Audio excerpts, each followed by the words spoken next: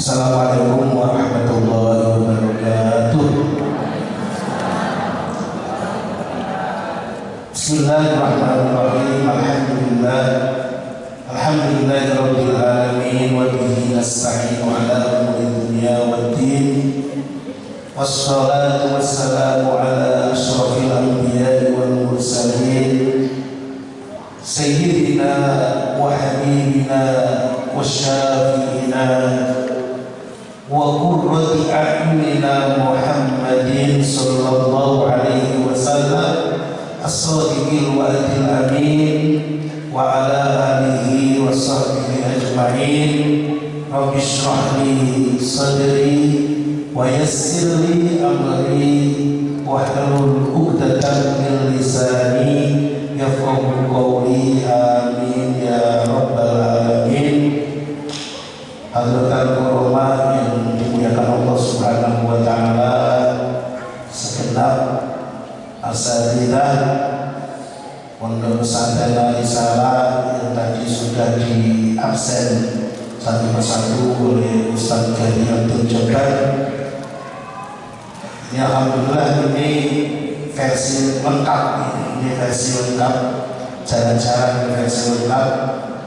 Kita doakan semoga beliau semua senantiasa disehatkan Allah Subhanahu wa taala, dikaruniakan keberkahan umur, keberkahan usia, keberkahan ilmu, keberkahan rezeki, keberkahan keluarga, yang sudah berkeluarga, yang belum berkeluarga segera diberi keluarga, amin.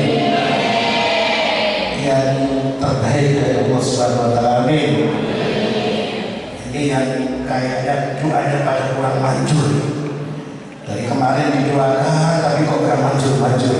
Kita ambil lagi ini bulan Dzulhijjah. Semoga mustajab. Amin. Amin. Amin. Bapak Ibu wali santri semua yang dimuliakan Allah Subhanahu wa taala, para jamaah, para santriwan, santriwati Pondok Pesantren Risalah, alhamdulillah tidak lupa majelis ini tambah barokah. Habib Abu Bakar Jamalul Lail akan bersalam. Semoga dengan menambah keberkahan majelis. Alhamdulillah ini juga di pondok ini banyak syarifah. Semoga juga menambah keberkahan Risalah, amin. Bapak Ibu sekalian yang dimuliakan Allah Subhanahu wa taala, majelis seperti ini yang kita awali dengan Rabiul Athos, kita isi dengan tilawah Quran, kita isi lagi dengan bacaan maulid, ma'adul qiyam. Ini benar-benar majelis yang andaikan isi dunia ini dibandingkan dengan mulianya majelis seperti ini tidak sebanding sama sekali. Artinya fatuba lana liman ikhtara Allah Subhanahu wa taala hudurana li hadzal majlis. Maka beruntung sekali bagi kita, saya ulangi lagi, beruntung sekali bagi kita yang dipilih oleh Allah Subhanahu wa taala dari sekian banyak hamba-hambanya Allah, kita bisa hadir di majelis seperti ini, kita bisa mendengarkan bagaimana maulid Nabi dibacakan, kita bisa berdiri diam, kita berdiri hormat kepada Nabi besar Muhammad sallallahu alaihi wasallam. Dengan majelis seperti ini kita bersolawat kepada Rasulullah Muhammad sallallahu alaihi wasallam. Kalimat tadi yang dibaca, ya Nabi salam alaika, ya Rasul salam alaika. Kalau kita benar-benar meresapi kalimat ini dari kita akan merasa bahwa benar-benar saat ini kita terhubung kepada Rasulullah Muhammad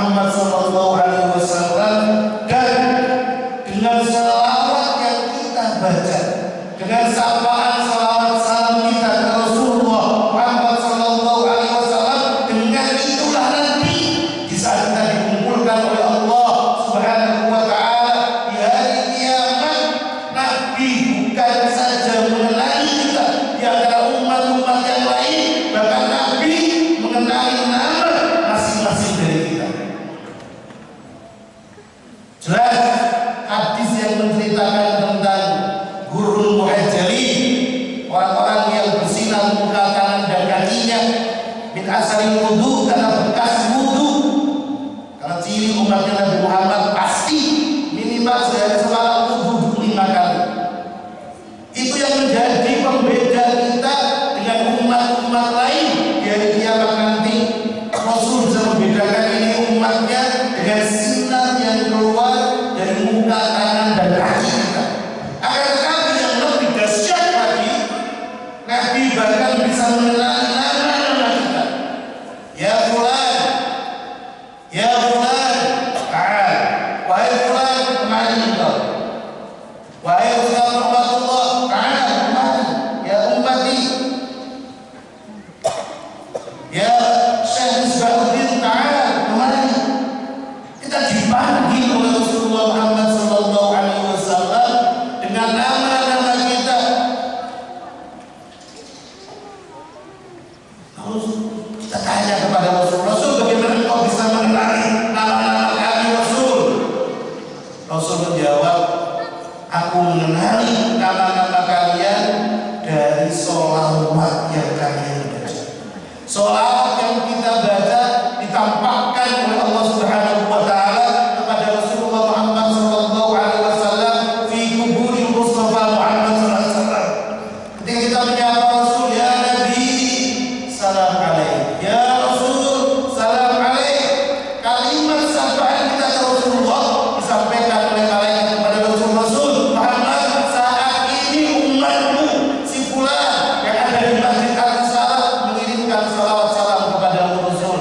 Saat ini ya Rasul, si fulan sedang bersalawat kepadamu. Nama kita disebutkan di hadapan baginda agung dan besar Muhammad sallallahu alaihi wasallam.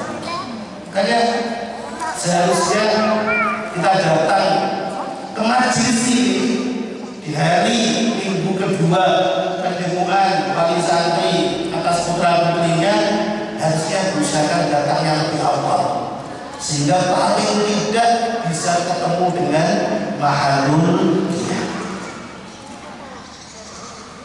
Salam Muhammad, salam Muhammad. Yang butuh ini siapa? Kita atau Rasulullah? Kita. Yakin? Yakin? Yakin. Tapi saya husnudon. Saya husnudon yang menghalangi keterlambatan kita tidak lain tidak bukan gara-gara banyaknya pesanan anak-anak kita. Salam, benar Bu? Wah, orang kayak saya kuadrat banget. Di pagi orang sibuk, mulai sampo odol. Draftnya banyak. Belum lagi masakan, mulai ayam geprek, apalagi rendang. Akhirnya menjadikan orang tua kita terlambat. Kenapa? Gara-gara pesanan. Besok datang pesanan.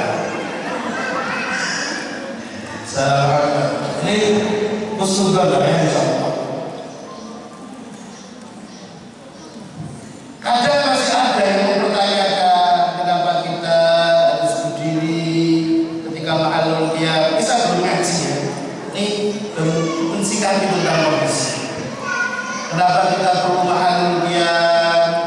Kita berdiri semua ketika asyraqal dibacakan. Dalam kitab At-Tibyan fi Adabi Hamalatil Quran karya Imam Yahya Abu Zakaria Yahya bin Syarafuddin An-Nawawi, di sana Ikrimah bin Abi Jahal. Siapa Pak? Ikrimah bin Abi Jahal. Bapaknya gembongnya orang kafir, anaknya sahabat mulia Rasulullah Muhammad SAW yang masuk Islam ketika Fathu Makkah dan menyaksikan mukjizat Rasulullah ketika batu dipanggil oleh Rasulullah dan melewati air datang ke Rasulullah. Setelah masuk Islam, beliau benar dalam Islamnya dan ingin menembus masa lalunya dalam kekafiran, ikut jihad fisabilillah sampai meninggal syahid fisabilillah. Itu Ikrimah. Ikrimah diangkat oleh Imam Yahya bin Syarafuddin An-Nawawi dalam kitab beliau tentang bagaimana beliau memuliakan Mus'ab Al-Quran. Beliau ketika diberi Quran, beliau berdiri dan mencium mushaf Al-Quran.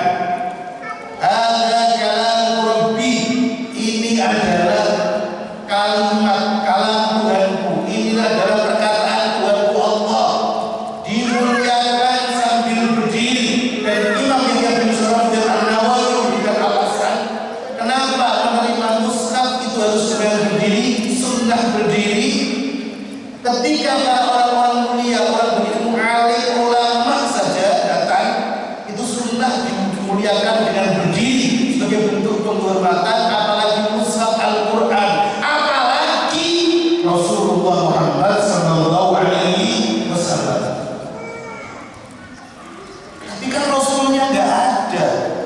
Ini kita ini sering membaca di Al-Quran, di Al-Baqarah, ya Bani Israil, ya Bani Israil al-Qur'an, ya Bani Israil, ya Bani Israil, diulang-ulang terus oleh Allah tentang salah satu sifat umat yang gagal di dalam menjadi khalifah di muka bumi, yaitu Bani Israil. Salah satu sifatnya adalah mereka terlalu iman dengan apa yang madiyah, yang materialis, yang nampak, sehingga merupakan yang gaib. Mengimani yang jasad merupakan yang ruh.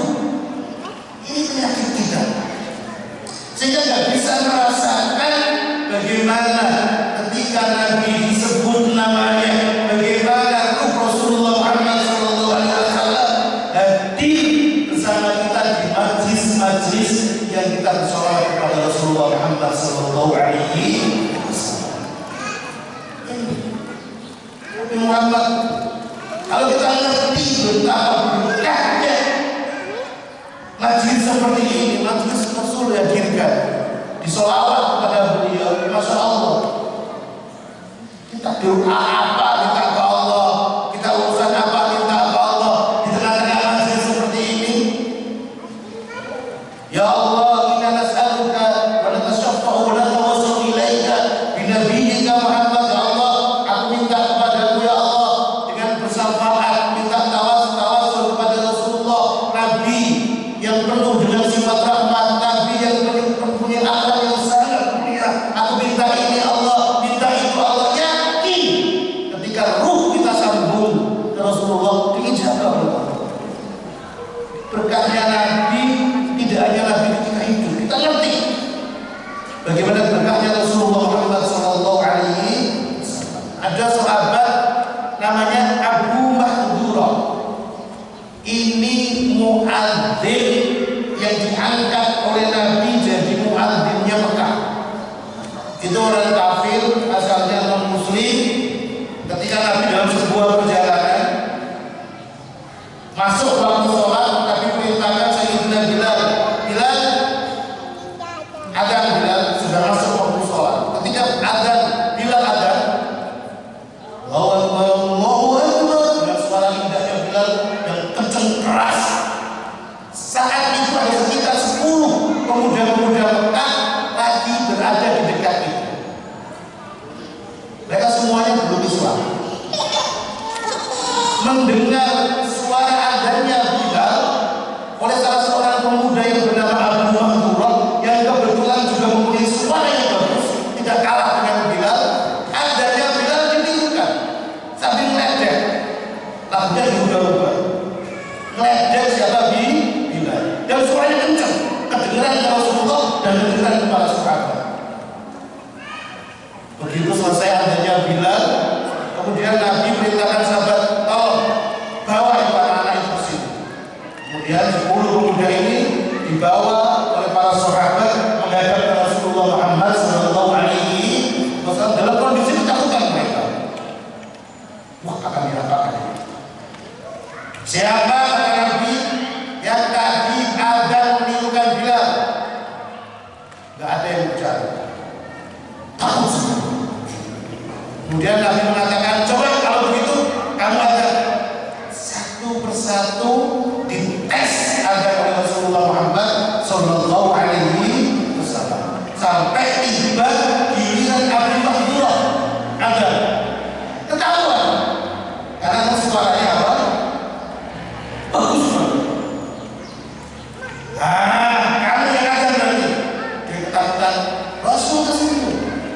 Begitu melihat senyumnya Rasulullah Muhammad Sallallahu Alaihi Wasallam, Abu Mahdurah yang tadinya ketakutan jadi hilang rasa takutnya. Benar Rasul, saya yang tadi ada. Oh, kamu ada bagus, suaramu bagus. Sekarang saya ajari kamu ada.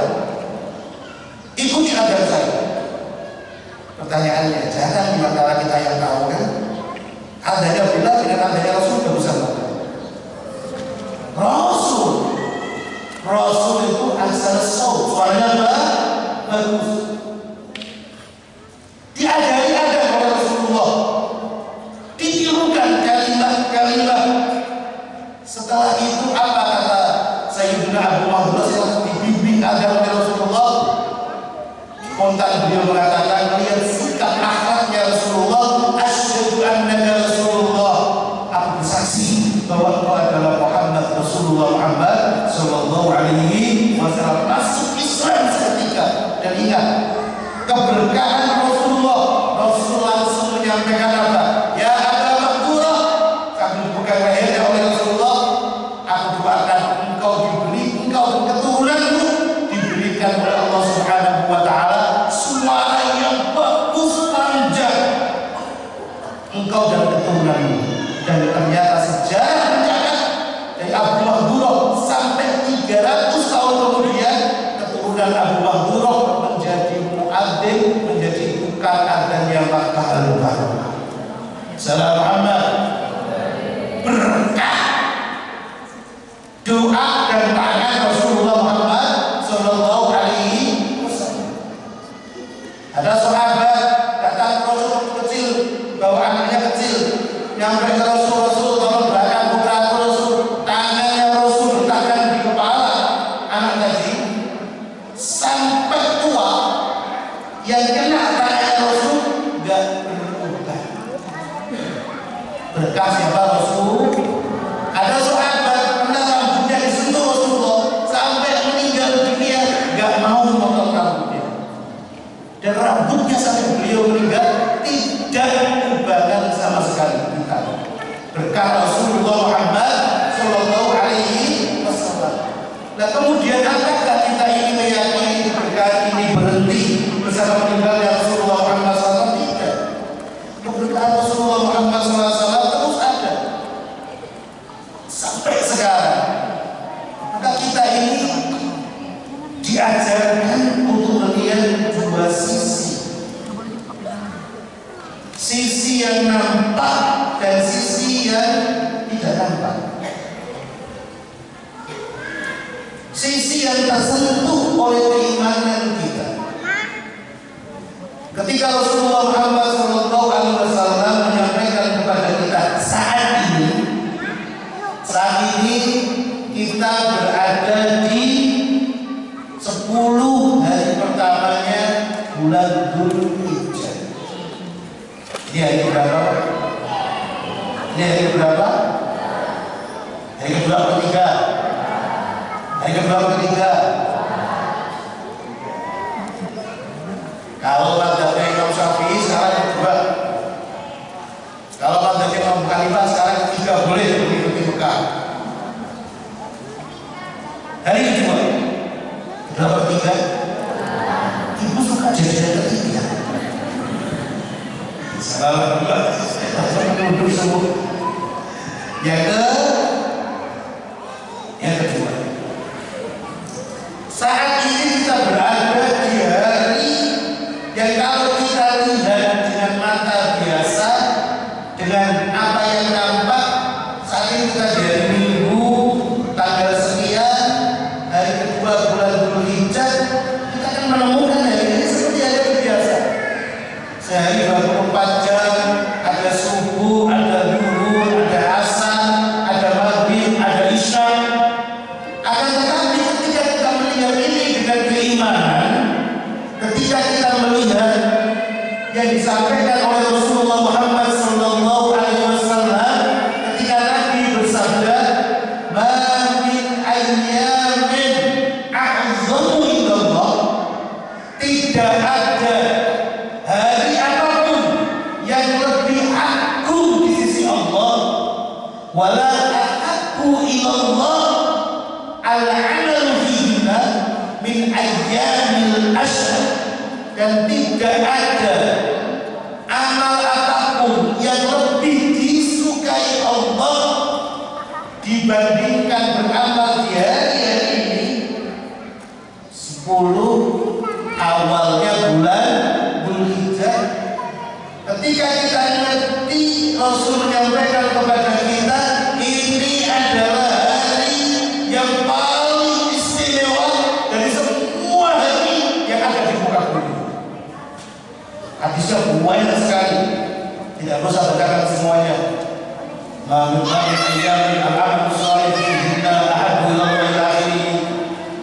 Hadis ini ketika kita menerimanya dengan keimanan, maka yang muncul di hati kita saat ini adalah asyur.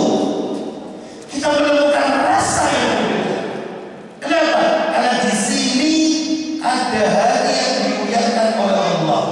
Di sini ada syiar agama Allah. Sehingga ketika kita ngerti seperti ini, maka akan melahirkan sikap yang berbeda. Kita akan memperlakukan yang berbeda. Sama seperti tadi, ketika kita melihat mushaf, hanya sekedar tulisan kertas, ada tulisan Arabnya, maka bisa jadi Quran ini letakkan di tangan. Bahkan mungkin sejajar dengan kaki kita, sejajar dengan mohon maaf dengan pantat kita. Mati yang kita sadar. Dan ketika kita melihat ini, ada syiar agama Allah, ada kalamullah, maka kita akan memposisikannya dengan posisi yang semulia-mulia. Sama hari ini ketika kita ngerti hadis ini, kemudian kita membaca dengan keimanan kita, maka yang akan muncul di hari-hari kita dalam sikap kita, kita akan kemudian ingin memuliakan hari-hari ini dengan semulia-mulianya. Maka kita menemukan bagaimana para sahabat, para tabi'in, para salafus saleh di 10 hari awal bulan Dzulhijjah la yuhaddisuna fiha dzanban wala isman hatta innahum kanu la yuhaddisuna bil hadis dha'if aw alladhi fihi khata'an yatyabat tawaddu'an. Apa?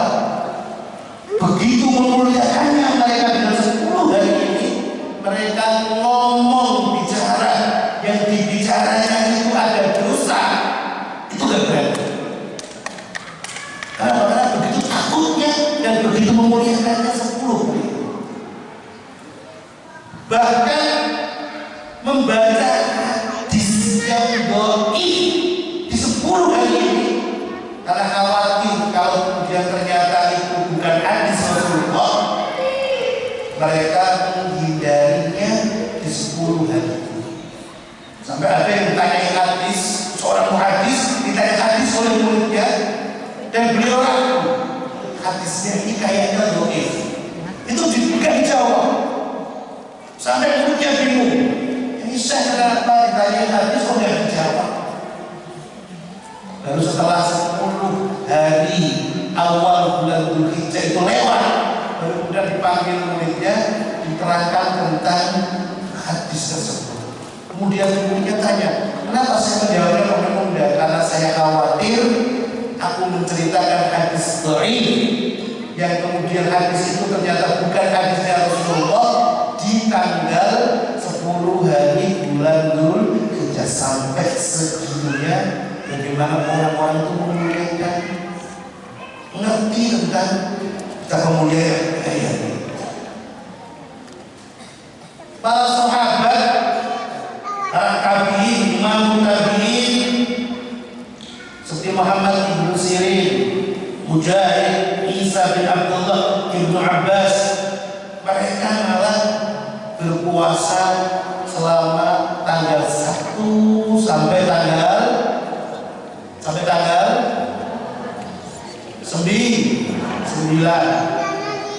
sampai tanggal 9 puasa terus. Imam Yahya bin Syarafuddin An-Nawawi menganggapnya itu sebagai apa itu kesunahan yang sangat disunahkan sekali.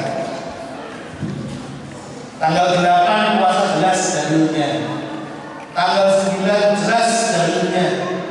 Kemudian kenapa beliau itu juga berpuasa di 10 yang pertama? Ini karena ada riwayat dari Imam At-Tirmidzi Ibnu Majah yang mengatakan bahwa Nabi bersabda, "Anna siyama yawmin min ayyamil 'ashri ya'dilu siyama sanadain wa qiyama lailihi minhu ya'dilu qiyama lailatul qadri." Ini riwayat dhaif, akan tetapi kalau dalam perintah umum masuk dalam perintah umum syariat ini. Karena berpuasa tidak pada hari-hari yang diharamkan itu boleh. Jadi Nabi menegaskan sesungguhnya puasa sehari di 10 hari awalnya bulan Dzulhijjah itu sama dengan puasa setahun, dan qiyamul lail di hari-hari tersebut sama dengan qiyam ibadah malam di Lailatul Qadar. Sampai segitunya. Ini para ulama ketika kemudian memuliakan hari-hari ini. Baik. Dan sekarang pada masanya digunakan Allah Subhanahu wa Ta'ala, puncak ibadah di bulan Dzulhijjah ini adalah apa yang dinamakan dengan Al-Hajjul Akbar, haji ke Baitullah, haji besar. Dan kita menyaksikan di hari-hari ini, Masya Allah, tetangga-tetangga kita, saudara kita, keluarga kita, banyak yang dimuliakan oleh Allah Subhanahu wa Ta'ala, diundang ke Baitullah. Bahkan di status-status media sosial kita, setiap hari kita melihat teman-teman kita, keluarga kita, Masya Allah, sedang tawaf, sedang sa'i, sedang i'tikaf di haram. Masya Allah, itu benar-benar menggugah hati yang luar biasa sekali. Sampai saya sendiri setiap lihat statusnya teman lagi haji, lagi umroh, lagi haji sekarang, saya selalu sapa, jangan lupa ya doakan saya. Jangan lupa doakan saya, ya tahun depan bisa ke sana. Ya tahun depan bisa ke sana. Kenapa? Saya menunjukkan ke Allah bahwa saya ingin berangkat. Saya menunjukkan ke Allah kalau diundang dan tidak ada yang menghalangi, saya berangkat. Kenapa? Karena ternyata Allah itu maha baik. Haji ibadah yang luar biasa sekali, yang Nabi menegaskan kepada kita semua, al-hajjul mabrur laisa lahu jazaa illa jannah. Haji yang mabrur tidak ada balasan yang pantas untuknya kecuali surga. Itu kan balasan yang luar biasa sekali. Siapapun dari kita menginginkan dekat ini. Akan tetapi Allah benar-benar arahkan biibadi. Allah benar-benar sangat menyayangi kita semua. Allah tidak ingin kita yang tidak diundang, yang tidak berangkat, kemudian berkecil hati dan kehilangan kesempatan pahala yang lebih besar. Artinya banyak sekali amal-amal yang kalau kita melakukan, saya ulangi lagi, banyak ibadah saat ini yang kalau kita melakukan, kita diberi pahala oleh Allah sama persis seperti pahala orang yang berhaji dan umroh, bahkan bisa lebih. Mohon apa baiknya Allah Subhanahu wa Ta'ala. Dan di antara amal-amal itu, saya mencatat ada 7 amal. Yang pertama adalah apa yang saya jelaskan tadi, orang amal ini siapapun dari kita yang punya niat yang kuat di hatinya, ya Allah, saya berniat sebenar-benarnya, andaikan tahun ini saya engkau undang seperti mereka, Allah berikan kesempatan aku seperti mereka, maka pasti aku akan memenuhi panggilanmu. Labbaik Allahumma labbaik. Kenapa diundang Allah nggak datang? Kan logis kan? Inni dzahibun ila rabbi sayahdin. Wa qala inni dzahibun ila rabbi sayahdin. Kata Nabi Ibrahim alaihissalam, sungguh aku sedang pergi menuju Tuhanku dan pasti Allah akan memberikan hidayah kepadaku. Fafiru ila Allah, segera bergegas menuju Allah ketika diundang oleh Allah Subhanahu wa taala. Yashhadu manafi'a lahum, untuk menyaksikan banyak sekali kebaikan Allah, ampunan Allah, maghfirah, kasih sayang Allah, ijabah doa, semua dijanjikan. Kita ingin, dan keinginan kita itu di dalam niat dan dalam hati, maka apa? Kita diberi pahala yang sama dengan mereka saat ini, walaupun kita tidak berangkat.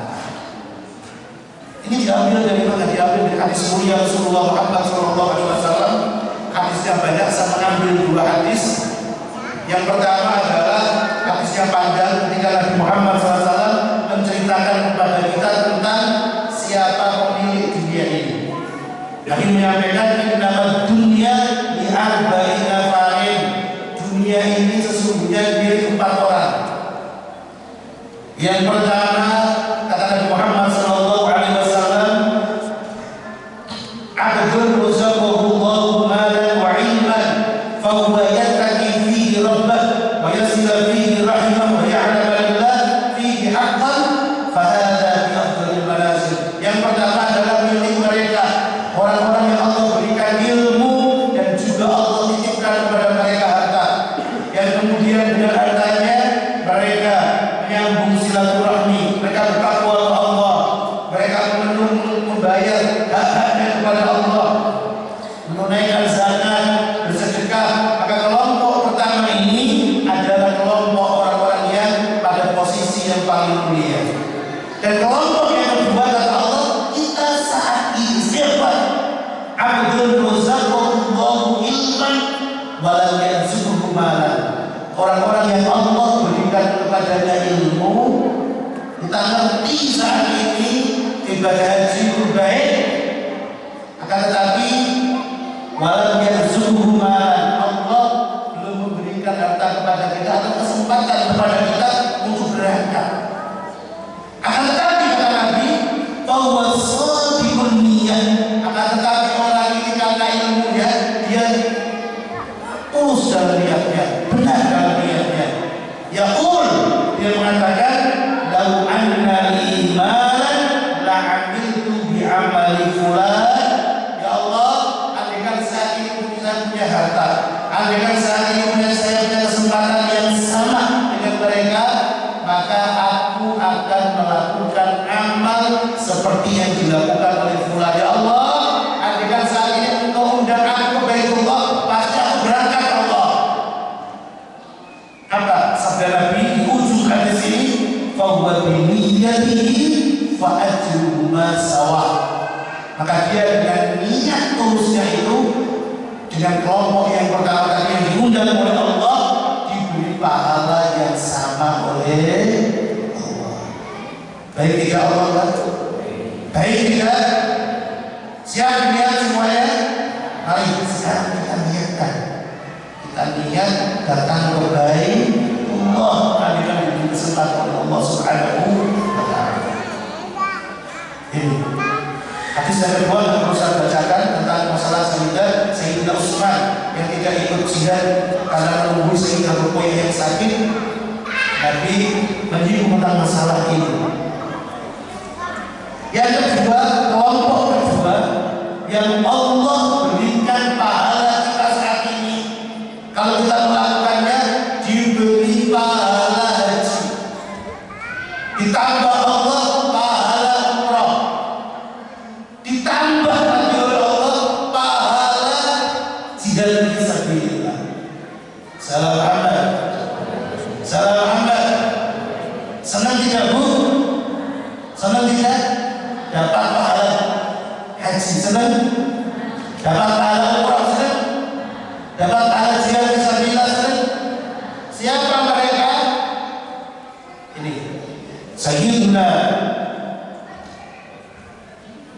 Imam Al-Bayhaqi dalam kitab Asy'arul Iman, beliau menceritakan tentang salah seorang sahabat Rasulullah Muhammad SAW sowan ke Rasul. Kemudian ketika sudah bertemu dengan Rasulullah Muhammad SAW, sahabat muda ini mengatakan kepada Rasulullah Muhammad SAW, "Ya Rasulullah, inni ashtahil jihada wa inni la aqdiru alaihi." Rasul, saya ingin ikut jihad Rasul, akan tetapi saya tidak mampu Rasul, karena berbagai alasan menghalanginya untuk berangkat jihad bersama Rasulullah. Faqala alaihi salatu wassalam, kemudian Nabi bertanya, hal baqiya ahadun min walidayka? Sahabat, jangan bersedih. Sekarang saya tanya, apakah salah satu dari orang tua masih hidup? Qala ummi. Sahabat tadi spontan menjawab, masih, tapi ibuku masih hidup. Faqala alaihi salatu wassalam, fattaqillaha fiha. Dalam riwayat yang lain, fattaqillaha fi birriha. Fa idza fa'alta dzalik fa anta hajjun wa mu'tamirun wa mujahidun. Maka kata Nabi, maka takwalah kamu kepada Allah dengan cara apa? Dengan cara berbakti kepada mereka. Kamu haji untuk apa? Mencari ridhonya Allah. Kamu haji untuk apa? Taqarrub ke Allah. Kamu haji untuk apa? Untuk mendekat ke Allah, mencari pahala di sisi Allah. Dan ternyata Allah menyediakan pahala lain, yaitu apa? Taqarrub ke Allah bisa dengan cara lain, yaitu apa? Tak berbaktilah engkau kepada ibumu. Jika engkau melakukan itu, maka engkau seperti orang yang berhaji, umrah, dan orang yang berjihad fi sabilillah. Salam Muhammad, salam Muhammad. Ini hadis benar-benar sangat luar biasa sekali dan mendidik sekali. Kenapa? Karena kadang-kadang kita itu tidak bisa mengukur mana hasrat yang benar karena Allah, mana hasrat yang karena nafsu kita.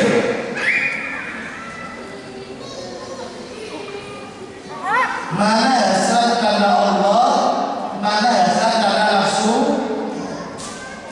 Contoh, andaikan Ustaz Rumahullah ini seorang pengasuh pesantren, wali santri ratusan, 500 santri, 1000 santri diamanahkan oleh orang tuanya kepada beliau. Nitip Kiai Rahman, anak saya di pondok, mohon dididik dengan baik. Datang bulan haji, datanglah permohonan dari PJ Bupati Syekh Rizwan, datang ke beliau, Kiai Rahman, ayo haji, bimbing jamaah Kabupaten Bandung Barat. Ini benar-benar kita berdoa Allah. Ini Bandung Barat ini Masya Allah, Bupati pertama insya Allah masalah penjara, Bupati kedua sama, PJ-nya masalah juga. Ini kayak Baghdad. Baghdad itu sangat tebal. Itu membagi sebuah masalah terus. Hanya dari tebal ya. Masya Allah. Bupatinya harus Kristen. Pertanyaannya kemudian, ini hadis ini menjadi satu hubungan. Kalau amanah ibadah ke Allah dengan mendidikan, ditawari haji yang juga merupakan ibadah.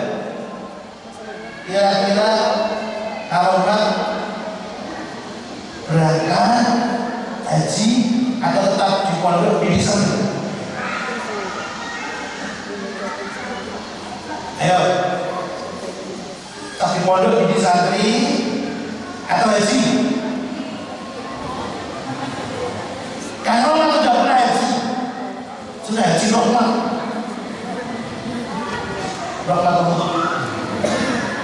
Bukan pulang. Ayo, ini dalam fikih aulawiyat, fikih prioritas bicara.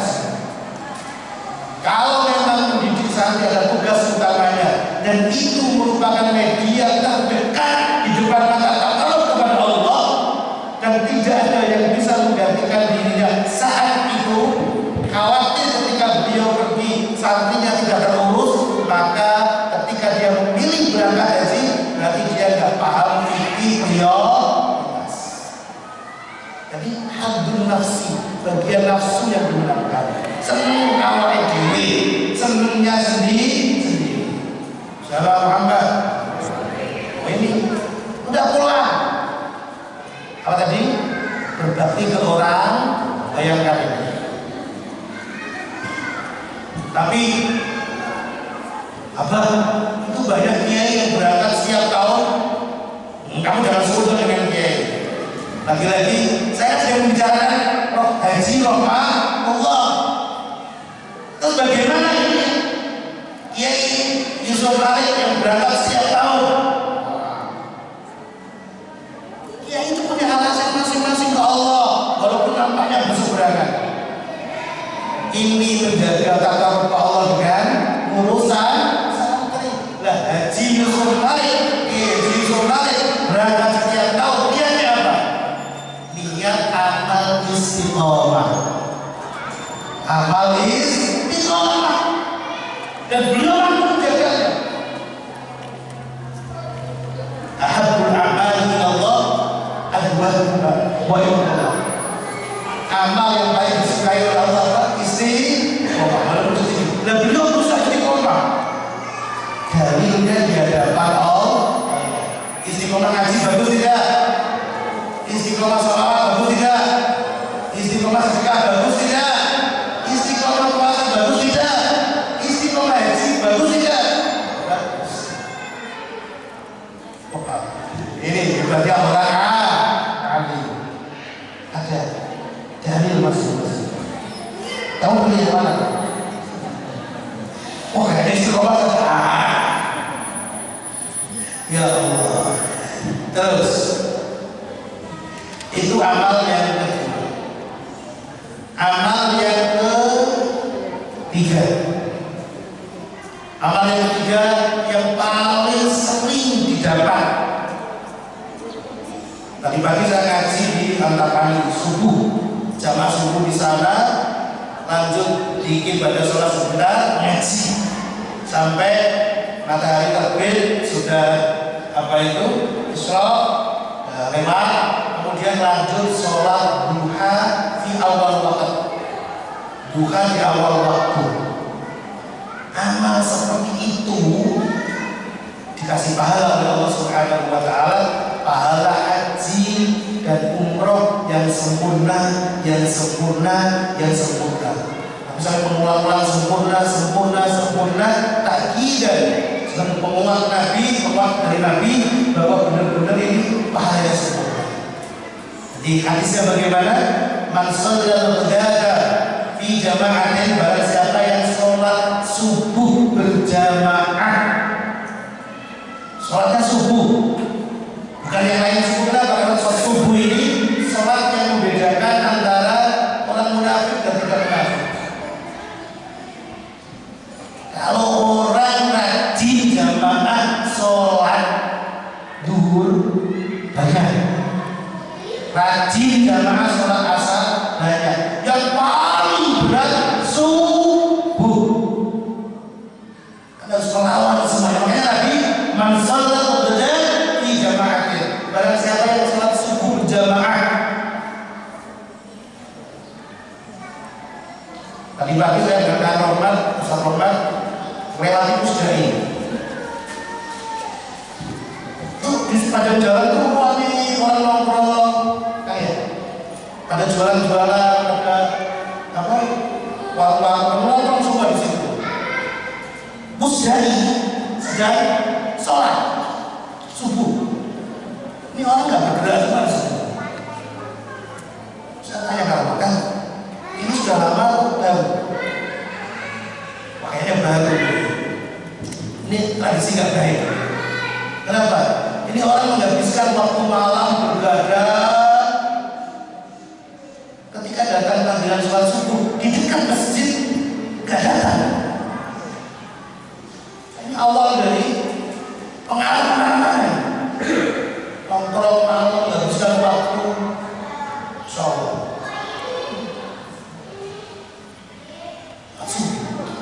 Saya pernah cerita ketika saya kerja itu diundang dan ada di Medan, di Masjid Raya Medan, pengajiannya subuh.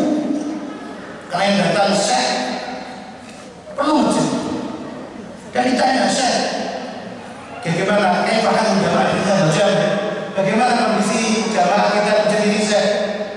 Penuh. Panitia berpikir wah pasti saya akan senang. Saya mengatakan apa? Ini biasa aja. Syekh, biasa aja. Iya, penuh Syekh. Biasa aja. Kata Syekh. Kenapa?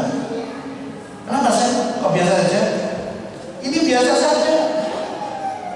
Saya baru mengatakan ini Pak. Kalau yang datang ke masjid saat ini bukan yang tua-tua, tapi yang muda juga ikut.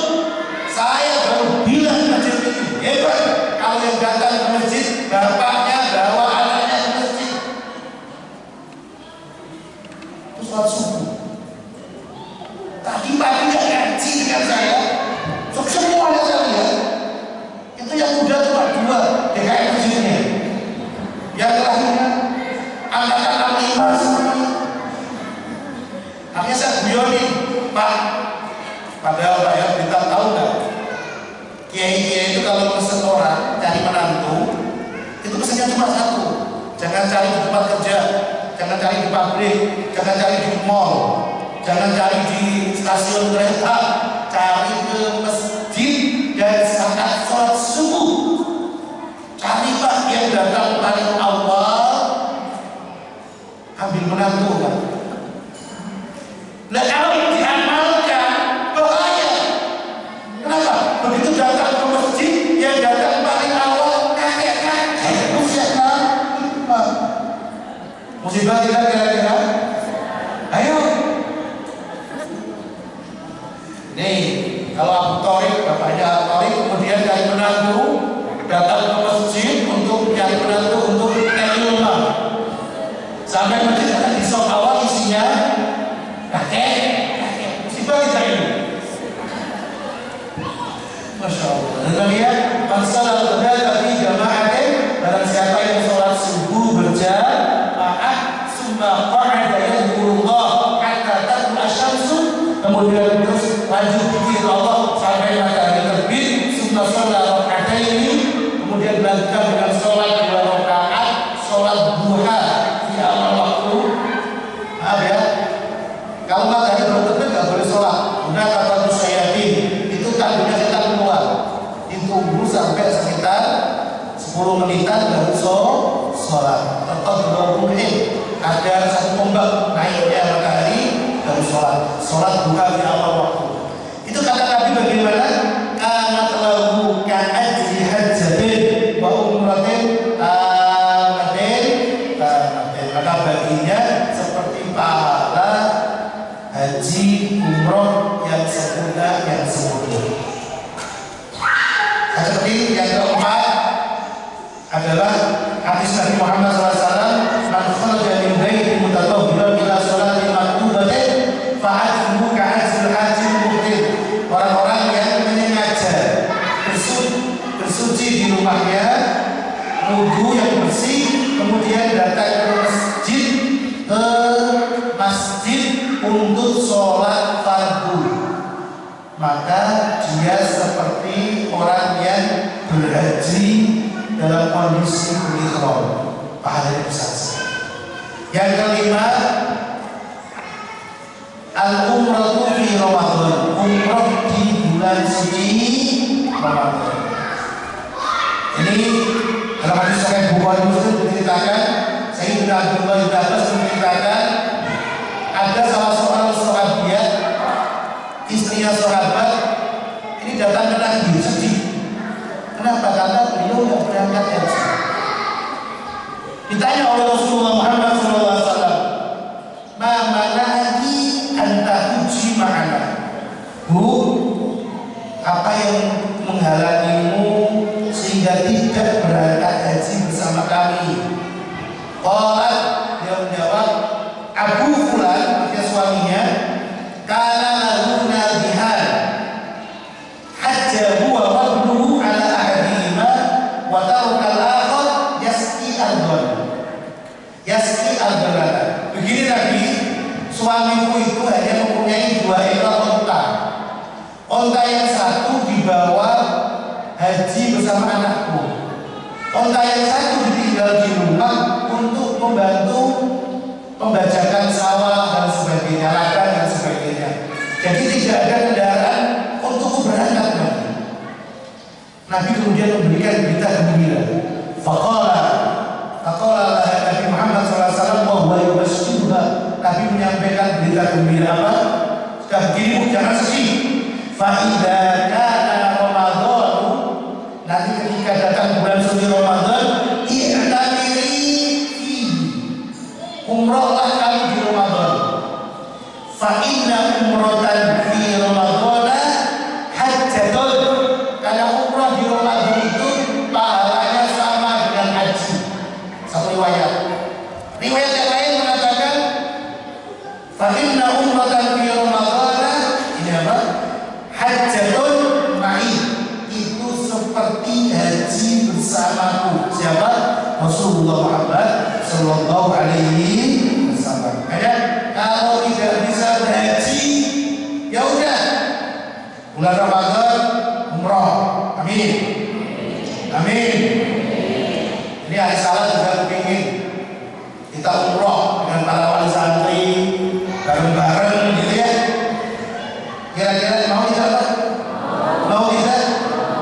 Tadi ketika mahalul qiyam, ketika tola'al badru alaina, kata doa Allah Subhanahu wa ta'ala, saya hadapkan hati saya ke Rasulullah, saya doa ke Allah, saya mintanya apa? Pertama, ya Allah, saya ingin semua guru-guru ini Kau undang semua ya Allah ke Baitullah. Saya lanjutkan doanya, ya Allah, semoga yang hadir ini ya Allah, semuanya ya Allah Kau undang ke Baitullah. Diundang oleh Allah, diundang untuk mendekat ke Rasulullah Muhammad sallallahu alaihi wasallam. Kasih doa saya ketika mahalul qiyam ini, saya yakin insyaallah dijabah oleh Allah Subhanahu wa ta'ala. Tinggal lurus sesuai kapan lurus umroh tadi sawah. Siap? Siapa? Yakin? Siap? Kalau perlu nabung-nabunglah untuk menunjukkan keseriusan ke Allah. Yang keenam, sebelum terakhir karena 7. Yang keenam, masih mau mendengarkan tidak? Masih? Insya Allah. Yang keenam, kita diberi pahala haji atau pahala umrah adalah ketika kita memberangkatkan, membiayai orang haji atau umrah. Bisa langsung kita kasih uang orang untuk berangkat atau membayar haji badal untuk orang yang kita badalkan uangnya. Ini orang kok baik banget, ada. Tahun ini pun ada. Beberapa waktu yang lalu ada jamaah ke rumah menceritakan dari orang Tangerang untuk keluarga, masih ada hubungan sambung keluarga, itu setiap tahun memberangkatkan karyawannya. Orang Tangerang ini bukan 1, bukan 2, banyak, 5 lebih yang memberangkatkan setiap tahun haji karyawan semuanya gantian. Hajinya haji plus yang harganya mohon maaf tidak lagi 200-300 juta, lebih dari itu. Ini karyawan semua yang dari OB sampai diberangkatkan. Sampai kadang-kadang itu kalau bareng dengan jamaah haji yang lain itu nggak percaya. Tapi itu sudah menjadi kesenangannya. Berangkatkan semuanya 5 orang, 6 orang tiap tahun haji sepanjang orang. Betul, masya Allah itu pahalanya luar biasa sekali. Diambil dari hadis riwayat Sayyidina Abdullah ibnu Amr ibnu As. Sayyidina Abdullah ini ahli ibadah, paling senang ibadah, tukang masjid. Ibnu Amr bin As ini panglima perang, futuhat penaklukan Mesir, dia menjadi gubernur Mesir. Amr bin As, bapaknya As ini kafir, belum bersyahadat, belum Islam sampai meninggal dunia. Kemudian Sayyidina Abdullah itu senang ibadah, menghadap ke Rasulullah. Rasul, andaikan aku bersedekah untuk yang pahalanya aku berikan untuk kakekku Al-As yang meninggal dalam kondisi kafir, Rasul kira-kira pahalanya sampai apa saja? Apa jawaban Nabi Muhammad SAW? Ini hadis riwayat Imam Abu Dawud dan hadisnya sahih. Nabi menegaskan, innahu law kana musliman, sesungguhnya kakekmu itu andaikan dia Islam, fa'aqtum anhu, kemudian kamu memerdekakan budak atas nama dia, au tasaddaqtum anhu, atau kau bersedekah atas nama dia, au hajjtum anhu, atau engkau berhaji atau menghajikan atas nama dia, balaghahu dzalik, maka pahala amal-amal tersebut andaikan dia muslim, sedekah dia, haji atas nama dia, memerdekakan budak atas nama dia, atau amal apapun, nyumbang Quran atas nama dia, lagi bersyukur, nyumbang sumur, promosi ini tadi dibutuhkan tentang Geri ini, ya pun berkuat lagi atas nama dia, amal jariah itu semuanya sampai balaghahu dari. Apalagi ini sumur, masya Allah, ini tadi Kang Geri sudah mengumumkan ini kesempatan langka. Kenapa? Ini air sumber kehidupan, masya Allah. Yang rencananya insya Allah harusnya tanggal 15 bulan Juni ini harus sudah mulai ngebul. Kenapa? Karena ngebul itu butuh waktu, kata tambulnya kemarin, itu butuh waktu antara 2 sampai 3 minggu. Antara 3 minggu. Berarti 3 minggu harus sudah ada air. Kenapa? Saking baru datang. Nah, kita dikasih harga murah, minta 60 juta. Tadi kan dia hitungnya 66 karena mesti butuh orang dan sebagainya, perawat dan sebagainya. Kasih harga murah 60 juta. DP 10 juta. Uang terkumpul baru 5 juta sekian. Ada nggak ada uang 10 tanggal 15 harus kumpul. Monggo nanti, saya punya 50.000, abah nggak apa-apa. Saya punya 5 juta, alhamdulillah. Udah saya 50 juta, ya silakan. Saya 5.000. Masya Allah. Ini kesempatan ini. Kenapa? Karena saat ini kadang itu berpikir kita itu salah. Ketika ini Nabi, konsep Nabi ya, ketika Nabi ngajari makna sedekah itu bagaimana? Nabi saat itu nonton domba. Nabi selalu berwasiat kalau nonton domba jangan lupa kirimkan dagingnya ke teman-temannya Khadijah. Nabi nyambung silaturahmi. Suatu hari Nabi nonton domba. Begitu masuk rumah Nabi tanya, ya Aisyah, maha musyabilah, bagaimana kabar domba yang kita sembelih?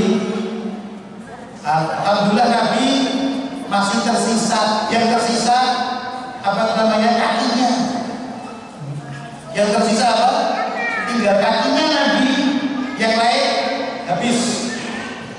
Apa sabda Nabi? Salah kamu Aisyah. Yang lain tersisa, yang habis hanya kakinya. Ya kan, bahasa Nabi. Apa? Yang lain tersisa, yang habis kakinya. Kenapa? Karena yang kita sedekahkan itu yang tersisa. Ma'indallahi baqa. Apa yang kita sisihkan di sisi Allah utuh.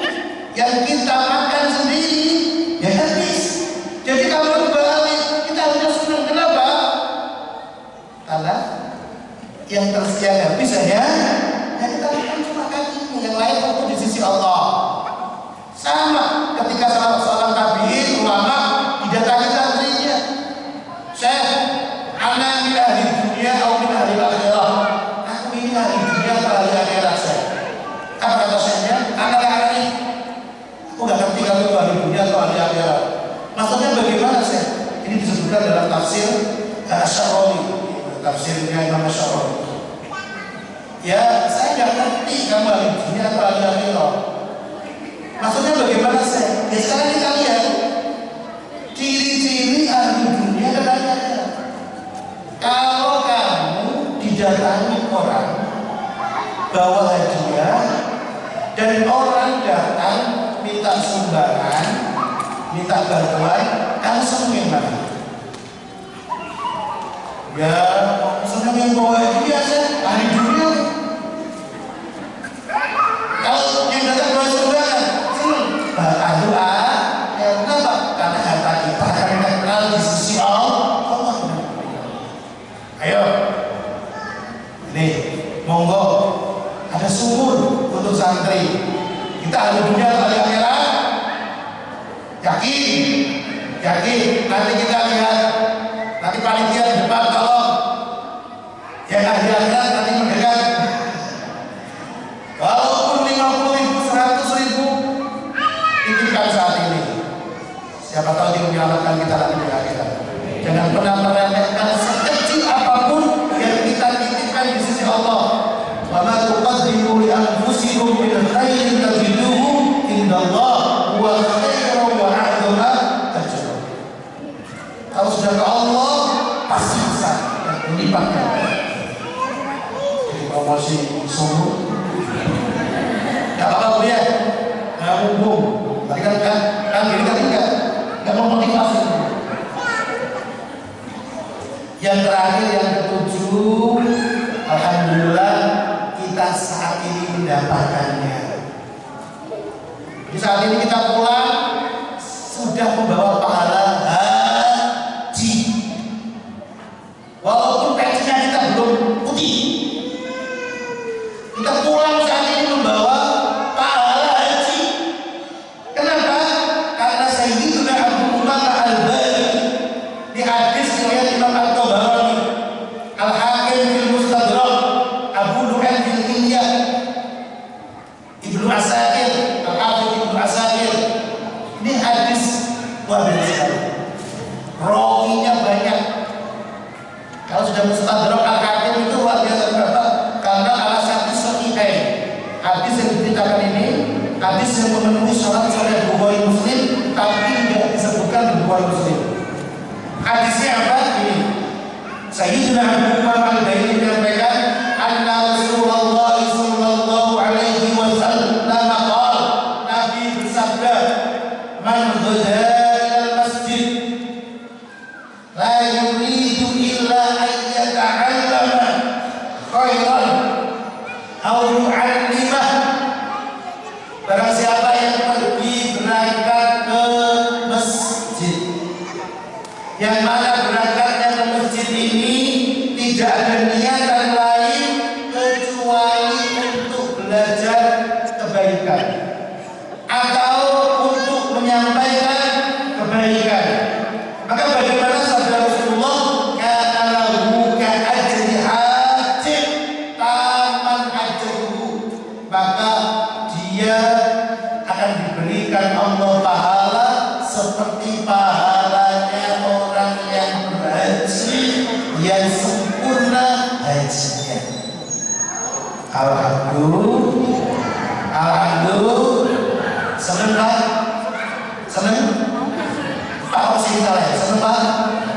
Senang? Senang Bu? Siap sekolah haji? Siap? Pulang bawa pahala haji udah senang. Alhamdulillah, Masya Allah, luar biasa sekali. Maka dari apa yang kita kaji tadi, mulai dari bagaimana keberkahan maulid yang dibacakan, bagaimana keberkahan majelis seperti ini, Masya Allah, bagaimana doa-doa diijabah oleh Allah Subhanahu wa Ta'ala di majelis-majelis seperti ini.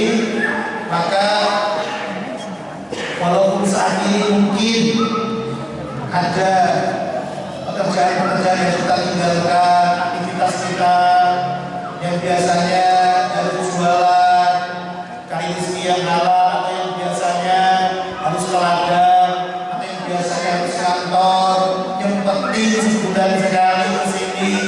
Betul, kehilangan banyak kawan, nggak apa-apa.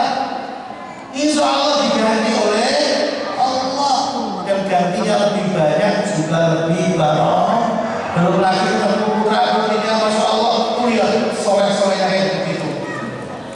Siap ketemu tambah soleh, tambah rumbutan.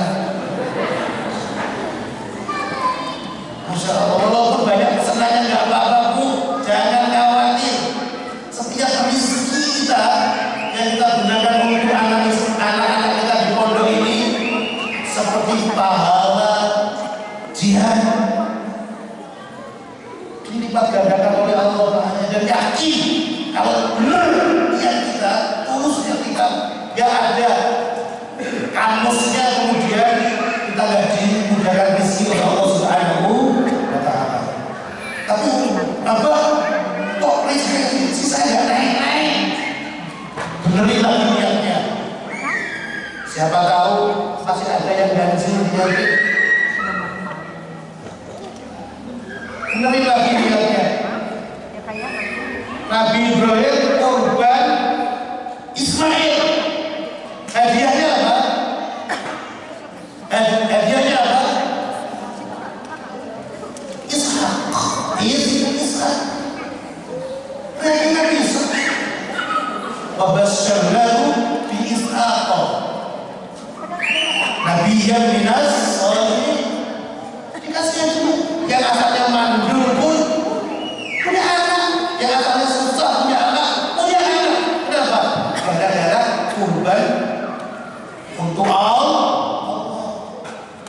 Makanya ini Masya Allah juga ini Al-Salam, dan banyak yang kecil-kecil yang lain, pondok-pondok yang lain ini saya tanya-tanya gimana kabar kurban hari ini? Aduh,